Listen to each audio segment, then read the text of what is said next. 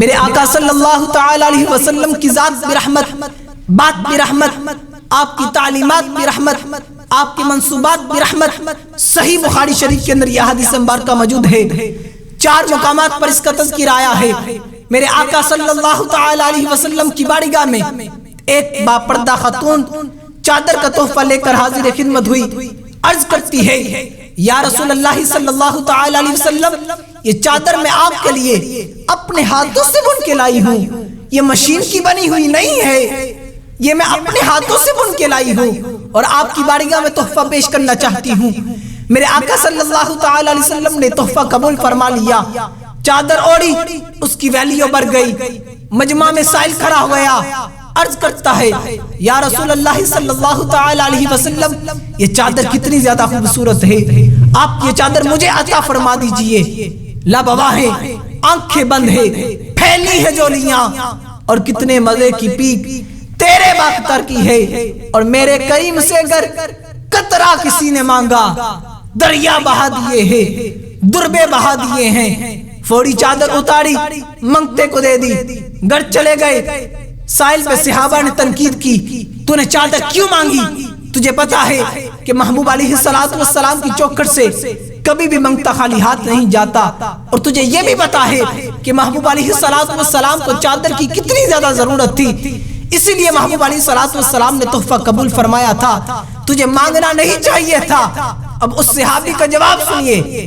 آج اس موقع پر میں اس فتنے کو جواب دے رہا ہوں جن کے نزدیک میلاد منائیں پھر بھی شرک، 11ویں کی محفل ہو پھر بھی شرک، رسول اللہ صلی اللہ تعالی علیہ وسلم کی دہلیز پر ہاتھ باندھ کر کھڑے ہو پھر بھی شرک، جنہوں نے لفظ اللہ کی ڈیفینیشن حاجت روا اور مشکل کشا کرتے ہوئے اپنی منمانی تعبیریں شروع کر دی، اور امت مسلمہ پر شرک کے فتوے لگاتے ہوئے یہ کہا کہ جو بندہ اللہ کے رسول صلی اللہ تعالی علیہ وسلم سے مدد چاہے یا ان کو مشکل کشا مانے، وہ معاذ اللہ ابو جہل سے بڑا مشرک ہے۔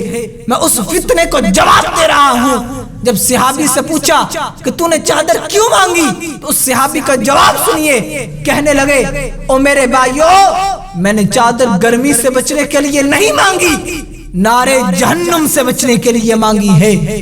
رجوت برکتہا، میں نے چادر برکت کے لیے مانگی ہے۔ یہ برکت کہاں سے آئی؟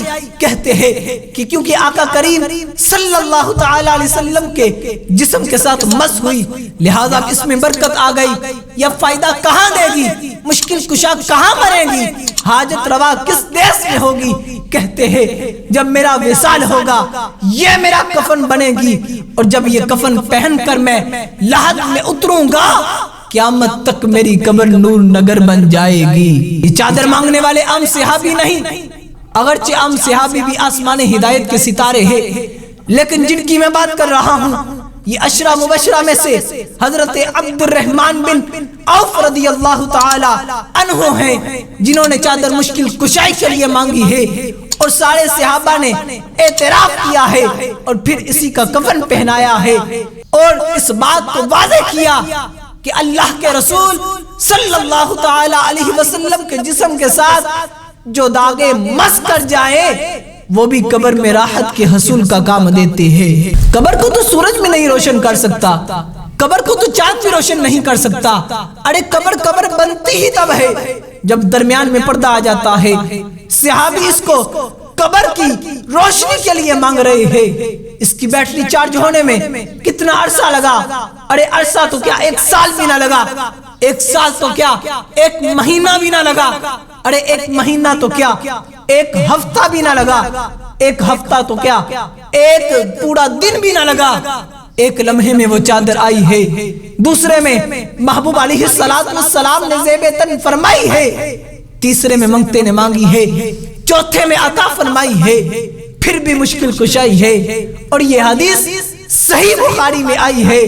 اسی لیے میں نے تجھے پڑھ کے سنائی ہے کہ اس کے ماننے میں بلائی ہی بلائی ہے، اس کے انکار میں رسوائی ہی رسوائی ہے۔ لو سنتے ہی عاشقوں کے چہرے بے بہار آئی ہے۔